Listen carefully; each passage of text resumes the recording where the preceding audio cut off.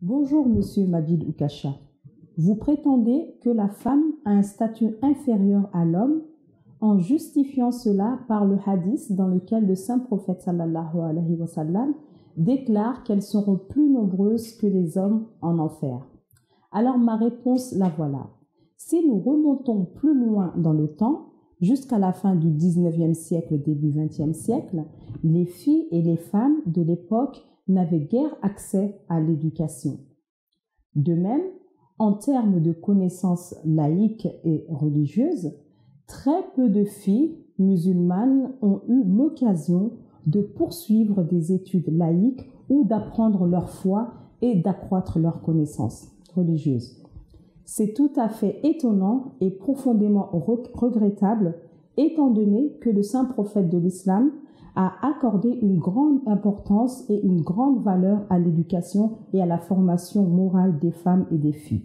En effet, dans le recueil Ibn Majah Kitab al-Muqaddimah, il est rapporté que la recherche du savoir est une obligation pour tout musulman.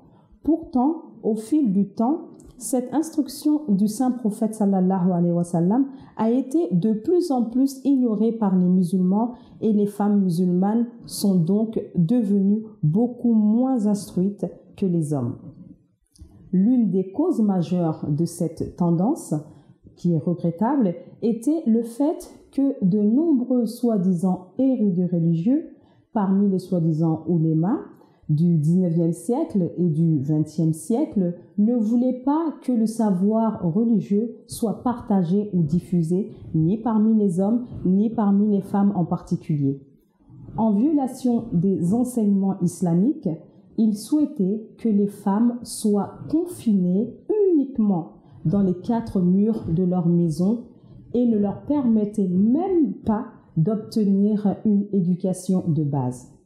Ici, je voudrais également clarifier une allégation qui est souvent soulevée contre l'islam par ses opposants et qui, malheureusement, est de même partagée par certains musulmans, hommes et femmes. L'allégation se réfère au hadith dans lequel le saint prophète Muhammad sallallahu alayhi wa sallam a dit qu'il avait vu dans une vision de l'enfer beaucoup plus de femmes qui n'avaient aucune connaissance de leur religion, qui n'avaient aucune sagesse ou intelligence et qui étaient ingrates. Sur la base de ce hadith, certains critiques non musulmans ont prétendu que l'islam avait rabaissé et dénigré le statut des femmes, mais tout cela est faux. En réalité, le saint prophète de l'islam se référait aux faiblesses spécifiques qui existaient chez certaines femmes de l'époque, à savoir qu'elles étaient analphabètes, ignorantes de leur foi et ingrates des faveurs qui leur étaient faites, et les paroles du fondateur de l'islam ont été données en guise d'avertissement à ces femmes pour qu'elles se réforment. La preuve de cela réside dans le fait qu'à la même époque, nous voyons comment les femmes musulmanes ont atteint les plus hauts sommets de la moralité, de la vertu et de la connaissance. Par exemple, certaines femmes, notamment Hazrat Aïcha, radiallahu anha, enseignaient l'islam aux hommes musulmans. De même, certains ont combattu dans des batailles aux côtés des hommes et ont fait de grands sacrifices. Alors comment se fait-il que des femmes aussi pieuses et vertueuses soient destinées à l'enfer? C'est impossible. Et quiconque prétend cela a entièrement déformé les enseignements islamiques. Comme je l'ai dit, ce hadith était un avertissement et une mise en garde pour les femmes de l'époque. C'était aussi un moyen d'inspiration car le saint prophète sallallahu alayhi wa sallam cherchait à élever le niveau spirituel des femmes et leur montrer les moyens d'ouvrir les portes du paradis. Jamais le saint prophète sallallahu alayhi wa sallam n'a dit que ces faiblesses ou péchés faisaient partie de leur nature, mais plutôt qu'ils étaient de mauvaises habitudes qui s'étaient développées chez certaines. Alors que la nature est quelque chose d'inhérent et de permanent. Les mauvaises habitudes peuvent être changées et améliorées.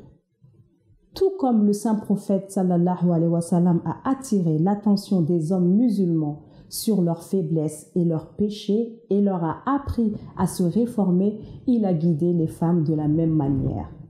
C'est une cause de profonde tristesse que ce hadith ait été régulièrement mal interprété et abusé par certains soi-disant érudits islamiques qui ont prétendu avec haine que ces mots prouvent que les femmes sont en faute, qu'elles manquent de sagesse, de connaissance ou de jugement et qu'elles sont, Dieu ne nous en garde, liées à l'enfer quoi qu'il arrive.